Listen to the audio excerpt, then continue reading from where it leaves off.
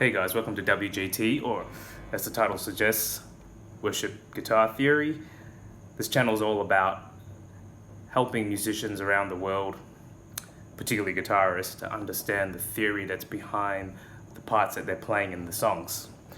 So whether you can actually play the parts, but you want to get a better understanding of what's the theory behind it that's actually gone into the composition and the writing of the song, or maybe you can see the parts being played in tutorials but you kind of don't have an idea how to actually do them.